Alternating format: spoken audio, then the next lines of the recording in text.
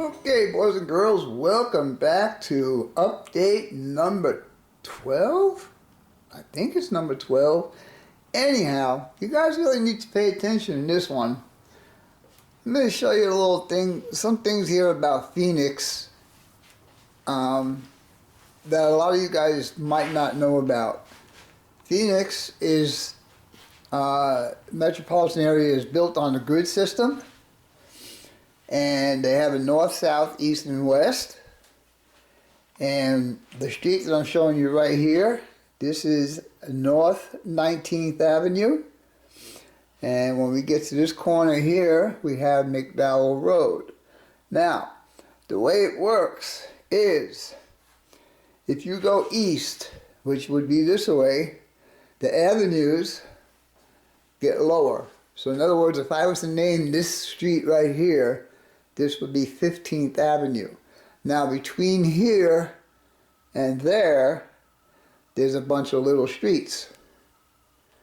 So it would be 15th Way, 15th Lane, 15th Circle. I'm just using random names here.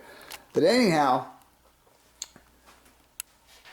as you can see, I have this whiteboard up here, and that's going to get painted blue eventually.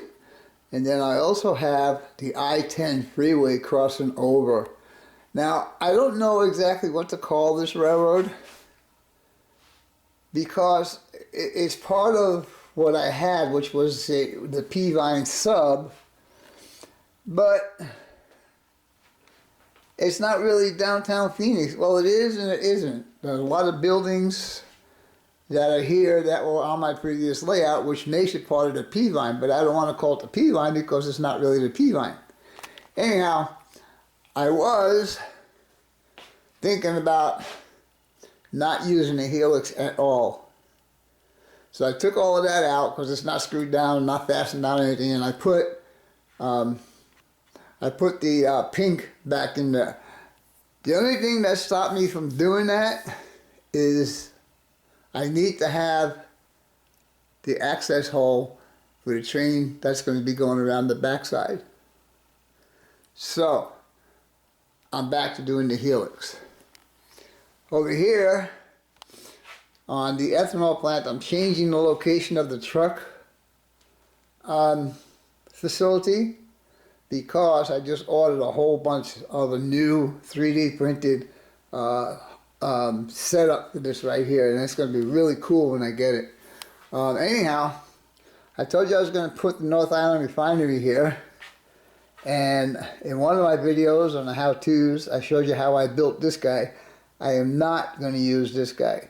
What I'm going to do is I'm going to get another kit and use this. So I'll have two of the fracking towers, I guess you want to call them, instead of this. And then all the piping is what I am going to really be looking forward to, is having the piping go from all of this into that building, and then from that building to those tanks, and from those tanks back to this building. I'm just going to go pipe crazy on this scene right here. See, I already started with the pipes right here, and then right here. So anyhow, I think this is going to be a real short update. Everything is just in an uproar right now. I've been trying to get stuff done. I've been under the table. Oh yeah, let me show you this here. Let me get down here and get it. I was gonna, I don't know if you want to say cheap out, but I didn't put any plywood under the pink foam. I want to keep it just like that. I'm looking for an economical way to do this layout. So what I did in place of plywood, because I'm going to need a place to screw some of my terminal strips and so on and so forth, I built these guys. And without taking the foam off, all I have to do is get under the table, clamp it up there, and then screw it in and be done with it. So I'm in the process of doing that. Also in the process of drilling some holes for the wires and cables and whatever else is going to be going on under the table.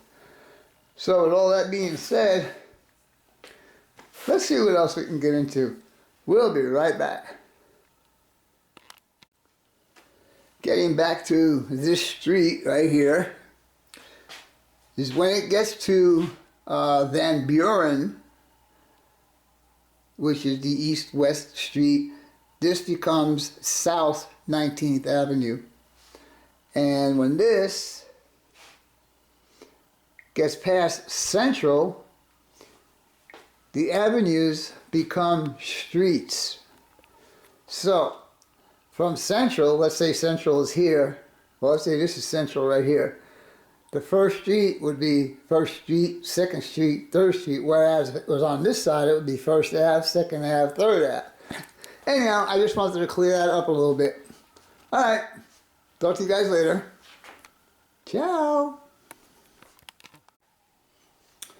Okay, guys, one last thing before I call this video good is remember I told you about this power substation here, and I had purchased a bunch of the telephone or utility poles, as they call them. Anyhow, I wanted to see how many I would actually need, and the video I watched of a guy who had already done this had said that he put his telephone poles every 6 inches. So these are skewers, and I happened to push that one a little bit too far, but that's okay because that's basically how a pole is going to be. And I did all of this, and believe it or not, all the way up to there. That's 22 poles, which is 6 of those packs of telephone poles. And I just purchased more because I need to do all of this. And you know, all the stuff that they make, I am really surprised that they don't make a double arm pole that has the 2 arms 90 degrees from each other. So when you get to a corner, like down there, you'd have the option of going straight, plus you could jump it and do ones coming this way. Anyhow, that's just my suggestion. So Woodland Seniors, if you're listening to this, that'd be a good project for you to do. Alright guys, hope you enjoyed this video, and as always, your questions, comments, inputs, subs, shares, and likes are always welcome. For now, that's all folks. GeminiScaleModelWerx out for now.